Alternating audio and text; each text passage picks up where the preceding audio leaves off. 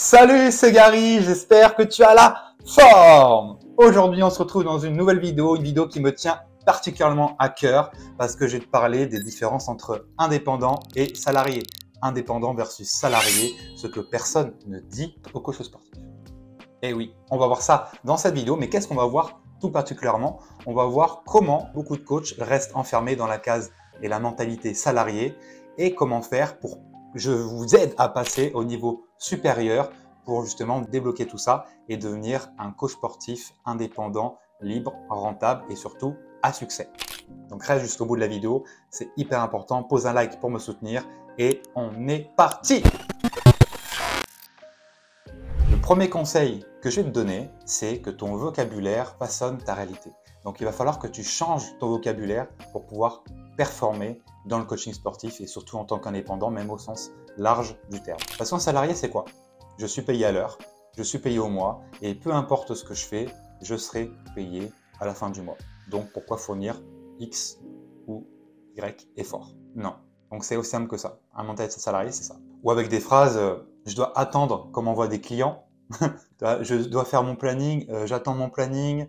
Voilà, que des trucs de cet ordre-là, alors que l'indépendant, c'est tout l'inverse. Un coach sportif indépendant va te dire que je crée mon offre, j'attire mes clients, je vais chercher mes clients et je vends une transformation. Je ne vends pas un prix, je vends une transformation, donc j'en vends du résultat. Et ça, c'est bien totalement différent. Au niveau vocabulaire aussi, et ça c'est hyper important de le préciser, on dit, voilà, en fait tu projettes tes propres peurs, tes propres blocages sur les autres, donc sur ton prospect qui va avoir en face de toi quand tu choisis de te reconvertir dans le coaching sportif, donc de passer de salarié à indépendant. Donc le fait de dire c'est cher, c'est pas assez cher, le fait de dire ça en fait ça va t'handicaper, le fait de dire coût, dépense, cher, trop cher, faut enlever ça, et le fait d'acquiescer, ah oui c'est un investissement, ah oui ça fait beaucoup, ah je sais pas si j'ai les moyens.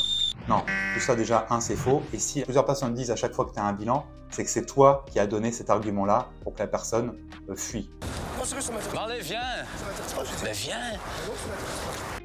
Mais de son côté, c'est juste un moyen de dire « essaye un peu plus de me convaincre. Si je suis là en face de toi, c'est que j'en ai besoin. » C'est plus ça qu'il faut traduire.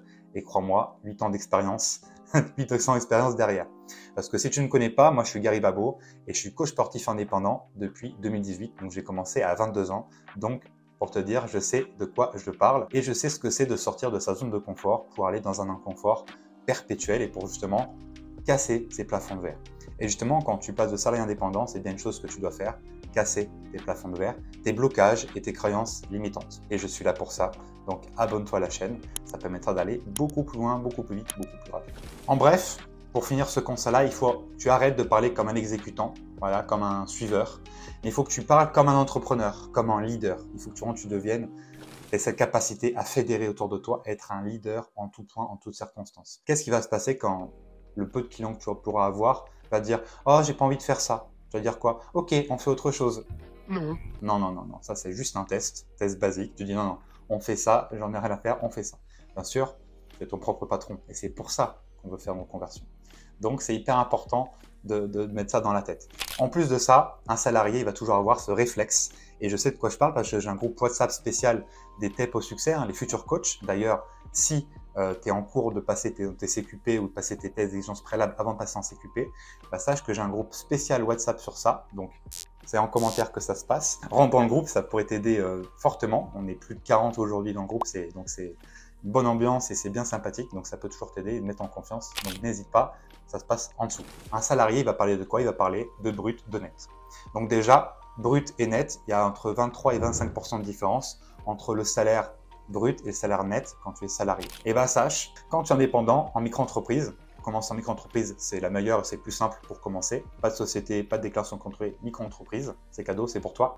Quand tu es indépendant, entre le chiffre d'affaires et le bénéfice, ce que tu vas déclarer à l'URSSAF, et bien en fait, il y a aussi 25%. À la différence entre les deux, c'est que là, ici, c'est ton patron qui va payer, donc tu ne vas pas voir l'argent sur ton compte, sauf que là, tu vas avoir l'argent sur ton compte et c'est toi qui vas devoir payer à l'URSSAF directement, donc sortir ta carte bleue pour pouvoir payer. Donc c'est ici, quand tu es indépendant, que ça fait plus mal et surtout que ça se voit. Et oui, et surtout que ça se voit. Et ça, c'est bien différent. Après, je t'ai donné 25 et 25 pour l'exemple, mais ça peut être plus ou moins différent à quelques pourcents près. Et dans un ordre d'idée, c'est exactement ça. Et au niveau, oui, ça fait plus mal, c'est plus douloureux parce que là, tu dois sortir la carte bleue, tu dois te faire prélever directement vers l'URSSAF. Donc c'est là où tu le vois et ça fait plus mal. Et je fais le parallèle entre le paiement classique, tu vas faire tes courses. Maintenant, la quasi-totalité des Français et des Françaises, ils vont payer en carte bleue. Et quand tu payes en carte bleue, bah, tu vois beaucoup moins qu'à l'époque, quand tu sortais ton billet, bah, ce que ça te fait. Donc, c'est beaucoup moins douloureux de payer en carte bleue que de payer en espèces. Sauf que dans le futur, et je pense pas être Nostradamus pour faire cette prédiction-là, bah, il y aura moins en moins d'espèces qui vont être produites parce que, bah, justement, pour lutter contre le travail dissimulé, le travail dit au noir, donc ça sera qu'en carte bleue et du coup, tu verras de moins en moins ton argent partir.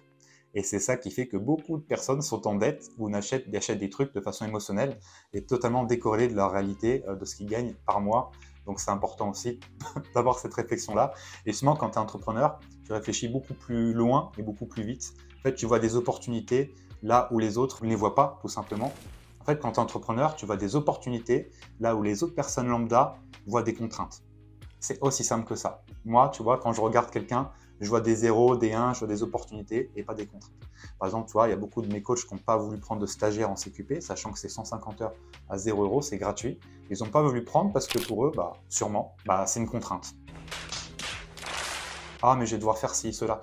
Ils sont tout infimes. Moi, j'en prends à chaque fois parce que pour moi, c'est vraiment cadeau. Bien sûr, ça doit être win-win, hein, ça ne doit pas être le gars qui sert le café. Et dans l'idée, c'est ça, tu vois. Donc, tu vas pouvoir lui transmettre des choses et derrière, bah, lui donner envie pour pouvoir, bah, je le recrute derrière aussi. Donc, c'est important. Il faut que ce soit du gagnant-gagnant partout. Donc, voilà. Opportunité au lieu de contrainte. Voir, en fait, le verre à moitié rempli et pas à moitié vide. Tu vois, c'est toute la différence. Parce qu'en fait, être indépendant, c'est une remise en question qui est perpétuelle. Tu te remets en question tous les jours, peut-être toutes les heures, des fois, pour des petits trucs. Et tu es toujours en constante évolution. Le salarié, au final, c'est l'immobilisme. Tu restes immobile dans une entreprise, tu n'évolues pas forcément, ou quand tu évolues, tu gagnes pas beaucoup plus d'argent. C'est assez. Moi, j'étais salarié à Total pendant quoi, 1500 heures, je pense, peut-être un peu plus. Des gens qui passaient de la caisse au bureau, ils gagnaient quoi, 50, 100 €, je crois 100 € de plus dans leur salaire, avec plus de responsabilités. Est-ce que ça valait le coup? Pas forcément. Enfin, même pas du tout, de mon propre avis. Donc là, c'est totalement différent, justement, parce que tu casses ton plafond de verre. Et c'est ça que je vais te parler dans le deuxième point. Donc, je vais pas trop vite, deuxième point. Le deuxième point, c'est le changement de mentalité. Le fait d'être salarié, tu peux avoir un plafond de verre. Et c'est quelque chose que je vois en audit business. Un audit business, voilà, l'audit, c'est très simple. Un coach qui commence ou un coach qui est déjà en place, il va prendre un audit avec moi pour voir où il en est. Et moi, je vais lui donner des conseils pour justement casser le plafond de verre qu'il peut avoir. Et à force de plusieurs centaines d'audits business, il y a des choses qui reviennent. Notamment le fait que y a des coachs qui plafonnent à un certain chiffre d'affaires et quand on discute plus en profondeur, pas de small talk ici, on s'aperçoit avec le coach que j'ai en ligne qu'en fait son chiffre d'affaires est bloqué au total maximum qu'il a fait en salaire quand il était encore salarié. C'est-à-dire que si la personne travaille à Ikea et gagne 1700 € par mois, en chiffre d'affaires en tant que coach, elle va bloquer à 1700. C'est un truc de fou, hein, le cerveau. Hein. C'est un truc de dingue. Pareil, souvent quand on fait une reconversion, donc soit le diplôme, le CQP, il est payé, il est financé par FichePL, AGFIS, France Travail, FONGECIF ou d'autres organismes. Dans ce cadre-là, bon bah voilà, c'est cool, c'est sympa, mais bon, c'est toujours mieux de payer avec ses propres sous le diplôme, parce que qui dit payer de son propre argent dit plus engagé. Donc ça marche dans tout dans la vie. Hein. Quelqu'un qui ne paye pas, c'est quelqu'un qui n'est pas engagé ou beaucoup moins engagé. C'est une réalité. Il faut vivre avec. Et pour le coup, c'est exactement pareil. C'est-à-dire qu'en formation, tu seras peut-être payé pour être en formation. Tu auras peut-être du chômage encore ou quand tu vas te lancer, quand tu seras diplômé, quand le fameux jury plénier aura validé ton diplôme. Et ça peut prendre un certain temps, crois-moi, d'expérience et en tout cas d'écoute en audit. Quand tu commences, tu peux avoir du chômage. C'est-à-dire que tu peux gagner X € en coaching, tu auras le chômage qui va combler. Alors si tu crois que c'est une force de notre super pays d'assister, eh ben non, ça l'est pas. C'est le fait que tu aies justement de l'argent qui va tomber du chômage, des appels ou n'importe quelle aide, ça ne va pas t'aider à justement à briser ce schéma-là. Tu vois, comme on dit, hein, c'est au pied du mur qu'on connaît le maçon. Et le fait d'avoir des aides qui tombent ou du chômage qui tombe de ton travail précédent, ça va pas t'aider à justement avancer.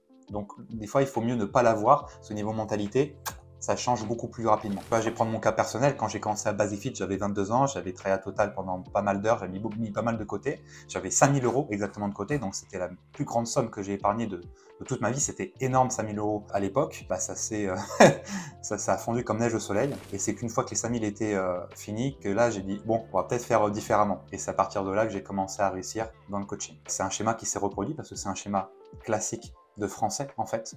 Nous, on est habitué à des aides qui tombent un peu pour tout et n'importe quoi. Il y a plein d'aides qu'on connaît même pas, qu'on pourrait avoir d'ailleurs. C'est assez abyssal. Pas mal, non? C'est français. Et ça s'est reproduit, hein, ce schéma-là, avec JD, Jean Damien, que j'ai recruté en premier coach dans ma salle. Lui, il était agent d'accueil à Basic-Fit avant, donc diplômé stable, c'est un peu d'inquiétude. Et lui, en fait, il voulait, lui, démission. Alors qu'à l'époque, il y avait encore ce truc-là de, oui, on peut arrêter à l'amiable le contrat, etc. Et comme ça, le salarié touche le chômage et le patron, il garde son argent. Il ne va pas payer l'argent comme ça qui ne va pas sortir de sa poche. Donc tout le monde était gagnant. Donc lui, on est Basic-Fit, il ne voulait pas faire ça, et tant mieux. Et du coup, ça l'a bien servi. Parce que dès les premiers mois, boum, il a performé. Premier, deuxième mois, il a fait 2000 € que de coaching. C'est vraiment beau. Et ça s'est reproduit avec plein de personnes. Orléans, dans plein de villes de France. C'est un schéma qui est classique. Mais il faut le vivre pour le comprendre. C'est peut-être contre-intuitif, mais c'est la réalité, c'est la vérité. Aujourd'hui, il y a plein de militaires qui se reconvertissent. Ils vont avoir des pensions, ils vont avoir des fonds qui vont être très importants, surtout s'ils ont fait des OPEX et des choses comme ça dans le passé. Et ben, il faut mieux justement enlever ça. Et ça, c'était le cas de Thomas, par exemple, un de mes coachs sur Fleury. Bah lui, voilà, il stagnait à un moment donné parce qu'en fait, il touchait pas mal de sommes. Et à chaque fois qu'il gagnait, bah, c'était comblé toujours par le fait qu'il avait travaillé dans l'armée. Bah, une fois qu'il a enlevé ça, bah, directement, ça a pété. Et là, maintenant, il est très bien. Donc c'est pareil, pense à ça, c'est contre-intuitif, hein, c'est l'inverse du salariat, mais c'est la réalité. La mentalité, elle change du tout au tout. Parce que là, ça y est, tu n'attends plus que ton argent tombe. Parce que quoi que tu fasses, quand tu es salarié, ton argent tombe du ciel. Là, tu dois chercher ton argent, tu dois faire des efforts, tu dois te lever tôt le matin. Tu n'as personne qui te drague, c'est toi qui dois y aller. C'est toi qui dois faire l'effort, de fournir les efforts, c'est toi qui dois courir à droite, à gauche, c'est toi qui dois faire. Tu dois mettre l'argent sur la table pour pouvoir avancer plus vite. Tu dois former, tu dois investir, tu dois y aller, tu vois. Donc c'est totalement différent. Et l'indépendant, au contraire, ça sera opportunité, liberté, responsabilité. En tant qu'indépendant, tu ne gagnes pas de l'argent par le temps que tu passes sur une ou telle action. Tu gagnes par la valeur que tu apportes. Totalement différent. À l'instar d'un salarié qui va traîner les pieds pour son travail qu'il doit exécuter en 8 heures, là, l'indépendant le fera en minimum de temps parce que c'est la rentabilité qu'il va chercher. Là, je me rappelle à Total, hein, il y avait 8 heures pour remplir et nettoyer les machines à café. C'est facile, hein, tu parles pas, tu t'es focus dans le truc, tu peux le faire bien en 4 heures, voire même moins, sauf que tous les autres, ils le font en 8, parce qu'ils traînent les pieds, ils parlent, les machins. Donc quand tu le fais en 4 heures, bah, c'est quand c'est comme bâclé par les autres, parce qu'ils le font en 8. Et du coup, si tu le fais bien en 4 heures, bah, c'est pas possible, parce que ça veut dire qu'ils font mal en 8, ou ils pourraient le faire plus rapidement. Donc ça leur envoie une sorte d'échec, une sorte d'incapacité à faire plus rapidement. Donc salarié, le temps que tu y passes, indépendant, la valeur que tu apportes. C'est bel et bien ça que j'adore personnellement. Et mon conseil pour finir cette partie, tu veux plus de liberté, alors prends plus de responsabilité. Ce que tu gagnes, c'est ce que tu construis. Et ça, c'est magnifique. Tu mets pierre par pierre, tu construis ta maison du succès. Le troisième conseil que j'ai donné, c'est de changer ton environnement, tes amis, tes proches, tes anciens collègues. Il faut peut-être que tu changes d'environnement. Peut-être que cet environnement-là ne veut pas que tu réussisses mieux qu'eux. C'est ça un peu la mentalité française. Je veux que tu réussisses, mais pas mieux que moi. Tu vois, et ça, c'est une mentalité compliquée. Fini les dramas au bord de la machine à café et à parler des autres. Là, c'est toi, maintenant, qui es sur le devant de la scène. Et quand on est sur le devant de la scène, bah justement, on attire beaucoup plus de critiques et même des fantasmes. Hein. On invente même une vie totalement sur toi. Et ça, il faut pouvoir assumer, il faut pouvoir vivre avec, j'ai envie de te dire. Parce que, bah, normal, hein, tout le monde va être sur le devant de la scène, mais tout le monde n'a pas les capacités à l'être. Donc forcément, ça crée de la jalousie et des sentiments négatifs. Et le conseil dans tout ça, bah, c'est t'entourer de personnes qui ont déjà fait ce que tu veux et qui vivent déjà du coaching. Parce que combien de personnes vivent véritablement du coaching? Au final, en France, sur la masse, très peu, trop peu. Et c'est ça qui est malheureux. C'est pour ça que cette chaîne, je l'ai créée aussi pour ça. Pour ça, j'ai créé Gary Babo, cette chaîne. J'ai aussi créé l'école des coachs, justement pour pallier à ces problématiques-là que 80% des coachs, au bout de 2 ans, arrêtent le coaching parce qu'ils n'arrivent pas à en vivre. Et aussi, nous sommes en France. Donc, la vente, c'est mal, c'est sale, c'est mauvais. Le business, c'est un gros mot. Et ça, justement, il faut casser ça. Et surtout, en France, on est persuadé que quand on gagne de l'argent, c'est aux dépens de quelqu'un d'autre. On pense aussi, pour gagner son argent, pour gagner vraiment de l'argent, on doit avoir une famille qui a déjà entrepris, qui a déjà été dans le commerce, ou encore pire, pour gagner de l'argent et pour être millionnaire ou ce genre de choses, il faut forcément être héritier. C'est vraiment des croyances qu'on peut avoir. La croyance aussi, c'est que dès que tu réussis, les personnes vont s'acheter une super voiture, et qu'est-ce qu'on va faire en France? On va prendre la clé et on va te la rayer. C'est ça la mentalité française et c'est ça le terrain, c'est ça la réalité. Donc il va falloir penser à ça, et c'est pas ceux qui ont une plus grosse voiture qui gagnent le plus leur vie, bien au contraire. Plus on veut montrer, souvent c'est moins on en a. Et ça, je peux te le dire, combien de personnes à Total j'ai pu voir et qui prenaient des prêts pour partir en vacances et qui se plaignaient en mettant leur carte bleue en ayant pris 4 sandwichs, 40 € au total, que c'était trop cher et qui finissaient au final à prendre l'autoroute, à s'arrêter à Total, prendre de l'essence, acheter des sandwichs et acheter de la merde à côté, des manteaux et trucs comme ça, je sais pas combien d'euros, et qui se plaignaient d'avoir pas d'argent. Et c'était bien sûr des Français. Parce qu'au final, si tu passes ton temps avec des coachs qui ne réussissent pas, qui galèrent et qui rêvent de revenir salarié, tu vas être en échec. Tu vas être en échec. C'est tes croyances qui t'emmènent vers le fond et ton environnement perpétue ça et fait en sorte de te mettre la tête sous l'eau le plus possible. Et surtout, le plus important, c'est de dégager les personnes qui sont toxiques pour toi et pour ton business. C'est ce que j'ai compris il y a 2-3 ans. Il faut vraiment que tu dégages des personnes qui sont vraiment mauvaises pour ton business. Et souvent, c'est les personnes de ta famille. Des fois, c'est ta femme, ton copain qui ne croit pas en toi, même tes enfants, je ne sais quoi. Donc là, il faut vraiment faire en sorte de soit prendre ton temps et les éduquer, et ça peut ne pas forcément arriver à quelque chose, ou simplement leur montrer qu'ils ont tort, et là de faire force de proposition et vraiment d'y aller à fond pour pouvoir montrer qu'ils avaient tort, et ça, c'est la plus belle récompense que tu peux avoir. Mais si le travail est trop dur, tu les dégages. Famille, proches, tout ça c'est possible, et ça c'est hyper important. C'est eux qui vont faire en sorte que tu réussisses ou que tu ne réussisses pas. Bien sûr, si au contraire tu es dans un environnement qui est bienveillant et que tous tes proches te veulent du bien, tu vas réussir beaucoup plus rapidement que la majorité des coachs et se reconvertir. Parce que c'est ça, si tu rejoins des coachs qui sont formés, qui sont continuellement, qui regardent des vidéos, qui lisent des livres, qui se challenge et qui bougent, qui ne sont pas justement dans l'immobilisme du salariat, qui sont dans le fait de bouger, d'être dans le mouvement de l'indépendant, de l'entrepreneur, ça fera toute la différence. Et surtout, ce qui est bien, ce qui est génial quand tu es entrepreneur, c'est que tu vas pouvoir te nourrir du savoir, des actions et de tout ce que les autres ont construit autour de toi. Tu vas pouvoir te nourrir de toute leur expérience. Et ça, c'est incroyable. Et ce qui est bien aussi, contrairement au jour de maintenant, c'est qu'aujourd'hui, gratification instantanée. Voilà, on voit une vidéo, on voit un truc, ça y est, gratification. L'entrepreneuriat, c'est bien, tu travailles, et souvent, tu vas voir le résultat bien après. C'est ce qu'on appelle la gratification différée. Et justement, ce qui est bien aussi avec l'entrepreneuriat, c'est contrairement au phénomène de gratification instantanée, j'ai faim, j'ai envie d'une pizza, je vais acheter une pizza et voilà, c'est passé. L'entrepreneuriat, c'est l'inverse, encore une fois, c'est contre-intuitif, mais je vais travailler et je vais obtenir le résultat dans quelques semaines, quelques jours, quelques heures plus tard. Et c'est ce qu'on appelle la gratification justement différée. Et ça, c'est tellement fort, tellement puissant, tellement bon que c'est qu'en entrepreneuriat que tu vas justement bailler le phénomène TikTok où tu regardes une vidéo et tu sais même plus ce que tu as regardé. Pour ça, je me suis lancé sur YouTube d'ailleurs. Sur YouTube, on se souvient de ce qu'on a regardé, pas sur TikTok. Donc l'entrepreneuriat, c'est ça, gratification différée.